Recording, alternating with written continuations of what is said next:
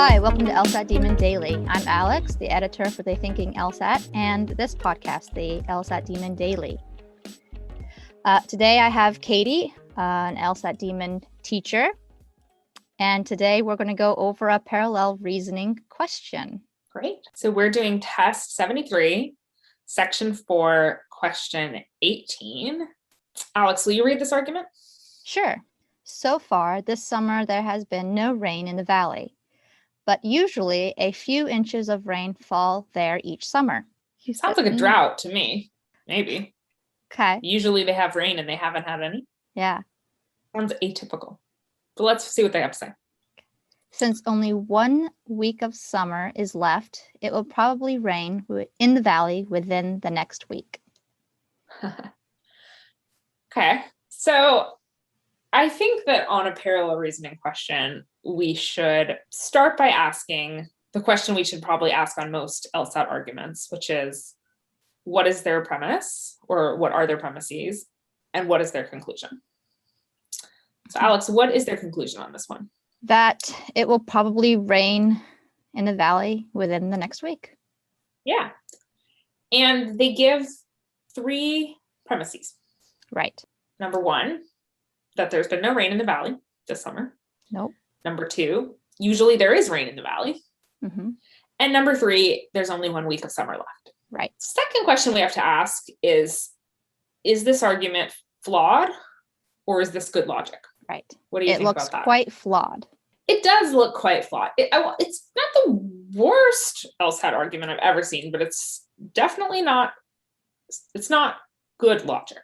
It's not valid. It doesn't seem valid. Why? What is the possibility that they're ignoring? They're in a drought. You said earlier, they're in a drought. It's not going to rain today. It didn't rain yesterday. It's not going to rain tomorrow or next week. Yeah.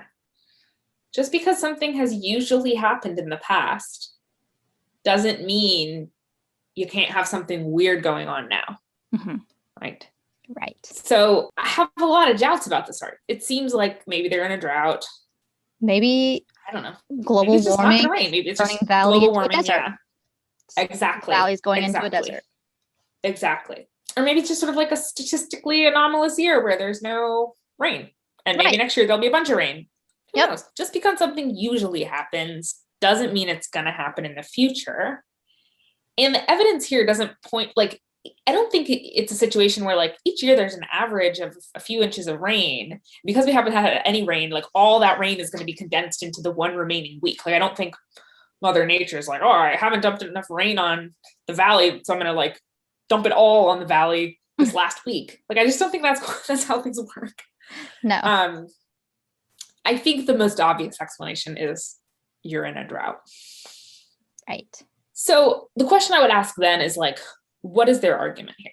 What is the sort of template or structure, or another student used to call it the bones of the argument, mm-hmm. right? And so I think for this one, I would describe it something like this. I would say something hasn't happened that usually happens. Therefore, and there's like only a limited time left for it to happen. So it's going to happen within that remaining time. Mm-hmm. Something like that. And then I would say, well, I'm going to try to think of an argument, and then I'm going to ask you to try to think of an argument that is flawed in the same way that this is flawed. And the purpose here is not for us to predict the answer, because we don't know what fact pattern or what theme they're going to use for their answer choices. Sure. Right? The idea here is to engage really deeply with the argument, because these answer choices are written to be tempting and to have little bits and pieces that sound like the original argument. Right.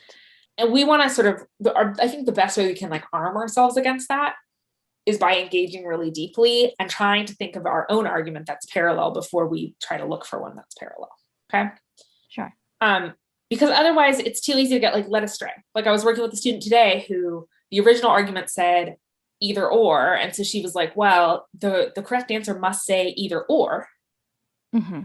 It doesn't have to. The correct answer said, like, it will be poor or it won't be poor, which is basically a way of saying, like, it's still a binary. It's still an either or. They just didn't use that language, either or. Yeah, but the student missed it because the exact words. Exactly. That's why we're thinking about the bones. We're thinking about like a higher level, what's going on here, not just like, oh, well, this argument says usually, so our other one better say usually. Maybe it will, maybe it won't, but we can't just be hung up on that. Right. So I would say, oh gosh, okay, I would say, so far this semester, Bob has not gotten an A on any of his assignments, but usually Bob gets an A on at least a couple assignments. But since there's only one assignment left, Bob's gonna get an A on that assignment, or Bob will probably get an A on that assignment. And we're like ignoring the possibility there that maybe Bob's just having like a really tough semester. Maybe he's in hard classes. Maybe he's having a rough time. Maybe he will get that A, but we don't know that for sure. Again, maybe we're in exceptional circumstances like the drought or the tough semester. Right. COVID happened and Exactly. Didn't finish the school year. Exactly. Yes. We have our sort of standard parallel flaw question here. It says, the flawed pattern of reasoning in the argument above is most similar to that in which one of the following arguments? Can you read answer choice A, Alex? Sure. Aisha has finished proofreading all but the last 2 pages of an issue of the journal Periodos and has encountered no errors. However, there are sometimes a few errors in an issue of the journal's Periodos. So there may be errors in the pages that Aisha has not yet checked. So that sounds like good logic to me. The argument is there may be errors because sometimes there are errors. I don't really have a problem with that. Sure. We want something complaining like there are usually errors. There haven't been any errors so far. So there must be a bunch of errors, or at least some errors in the last couple of pages. That would be correct, right? But this like, well, maybe there's going to be errors. It's like, yeah, maybe there is. That seems like very good logic to me. Yeah, checks out. A good argument cannot be parallel to a flawed argument. Right. So this is out. Okay. What about B? There are generally few errors in an issue of the journal Periodos. Aisha has finished proofreading all but the last 2 pages of an issue of this journal, but has encountered no errors. Hence, there are probably no errors in the pages that Aisha has not yet checked in this issue of the journal. This would be correct if it said, there are usually some errors in an issue of the journal. She has finished proofreading all but the last 2 pages and has found no errors. Hence, there's probably going to be errors in these last 2 pages. Right. But this whole, usually there's not errors, she's proofread it, she hasn't found any errors, and there's probably not going to be any errors. Like, that's not what we're looking for. We're looking for, we haven't seen what we expected to see, so we're going to see it in the time remaining. Interesting. How about C? On average, there are a few errors in an issue of the journal Periodos. Aisha has finished proofreading all but the last 2 pages of an issue of this journal, but has encountered no errors. So there are probably errors in the pages she has not yet checked in this issue of the journal. Sounds very, very similar to what we predicted. Now, I have a question for you, Alex, right? Because we were predicting like there are usually errors. Right. But they don't use the word usually, they use the word few. Or on average. How can that be parallel? They do say on average, right? And they say, they're not saying there are few errors like answer choice B did. They're saying there are on average a few errors, meaning we can expect to see on average several errors. Well, we haven't seen any, much like how we can expect to see rain, but we haven't seen any this summer. So there's probably going to be some in the time remaining. Right. Ignoring the possibility that maybe this issue is just extremely, extremely well done, or somebody already checked it, and there are no errors, because it's a rare case. Somebody wrote it very well. Totally. I think C is looking pretty good. Let's check out D and E. Okay. Aisha has proofread several issues of the journal Periodos and has encountered no errors. But there are seldom any errors in an issue of this journal, so there will probably be no errors in the next issue of the journal Periodos that she proofreads. We want something that's like, this hasn't happened, so it's going to happen soon. Right. Not, this usually doesn't happen, so it's probably not going to happen. Right. How about E? Sure. There usually are errors in each issue of the journal Periodos. Since Aisha has That finished, sounds good. Keep going. Since Aisha has finished proofreading the latest issue of this journal and has detected no errors, Aisha has probably made a mistake in her proofreading. No, the argument isn't about the whether man or woman made a mistake in counting the rain that fell in the valley. The original argument was something's going to happen in the future. That's what the conclusion was about. It was a prediction. Argument needs to have a prediction, not a like past allegation that Aisha's a bad proofreader. Mm-hmm. This would be parallel if they said, the original argument said, so far this summer there has been no rain in the valley, but usually a few inches of rain fall there each summer. So the people measuring the rain must have been doing a bad job and failed to count the rain. Mm-hmm. Something like that. Right? Yeah. That would be flawed too. That would also be flawed. It just wouldn't be flawed in the same way. Right.